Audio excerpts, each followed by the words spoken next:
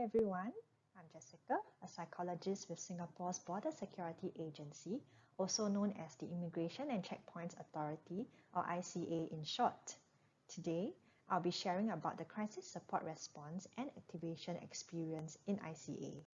As the guardians of Singapore's borders, the resilience and adaptability of border security officers form the bedrock of the safety and security of Singapore's first line of defense against external threats.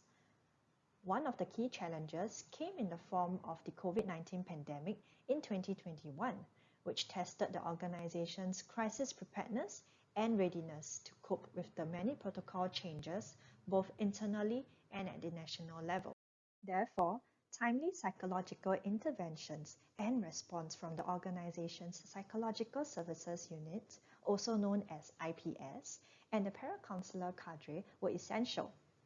The Internal Psychological Crisis Support Framework guides the implementations of these interventions that span across crisis and peacetime, which include well-being check-in calls, communication with leaders, infographics, morale sensing exercises, and debriefing sessions for paracounselors. The goals and outcome of these interventions include increasing the outreach and accessibility of platforms and avenues for officers to seek help from when they need it, and to provide knowledge and resources for the officers on the ground regarding difficult topics such as suicide awareness and mental health challenges. Such interventions help to facilitate the organization's return to operational normalcy and mitigate any potential psychological distress that could have a negative impact on the officer's performance. A notable case study on crisis interventions for border security officers would be the 2021 Paracounselors Activation to support a large number of officers who were issued the mandatory National COVID-19 Quarantine Order, or QO for short, because they were either infected with the virus or came in close contact with someone who was infected. A crisis response task force was set up within IPS to provide interventions and support in the early identification of officers who may require extra psychological and instrumental social support.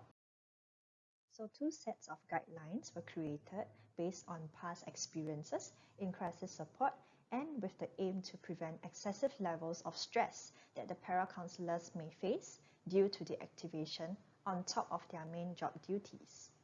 These guidelines emphasize on the importance of limiting caseloads and ensuring sufficient rotation of activation amongst the available pool of paracounselors. The interventions, measures, and resources needed for border security officers to cope with the potential trauma and stress of QO would depend on the extent of impact based on the circle of vulnerability model.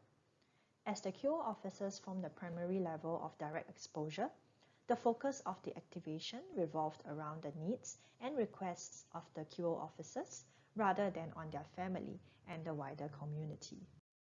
For example, daily care messages were sent to officers to provide self-care tips and suggested activities to help combat boredom and loneliness while in isolation. In addition, a talking script and check-in calls guide was created for the paracounselors based on the principles of the psychological first aid model. The paracounselors had rated their activation experience at an average of 4.36 out of 5. We have also managed to successfully resolve all requests that had been raised by the QO officers.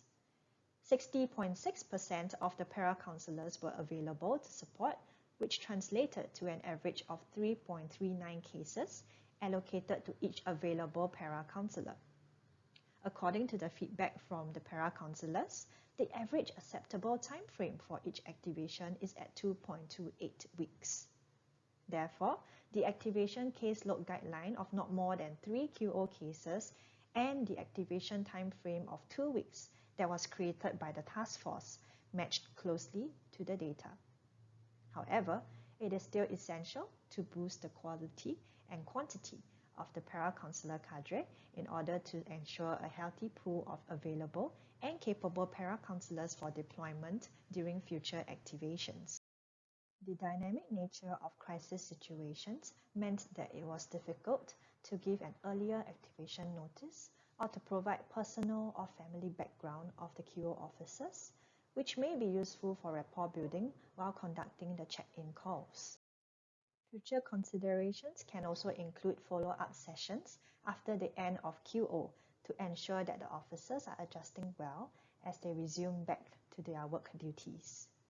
In conclusion, the partnership between the various stakeholders, such as the leadership group, IPS, and the para-counselors are paramount to safeguard the psychological safety and resilience of border security officers to weather any potential challenges ahead. An area for future research would include the exploration of the optimal ratio of the number of para-counselors to officers on the ground.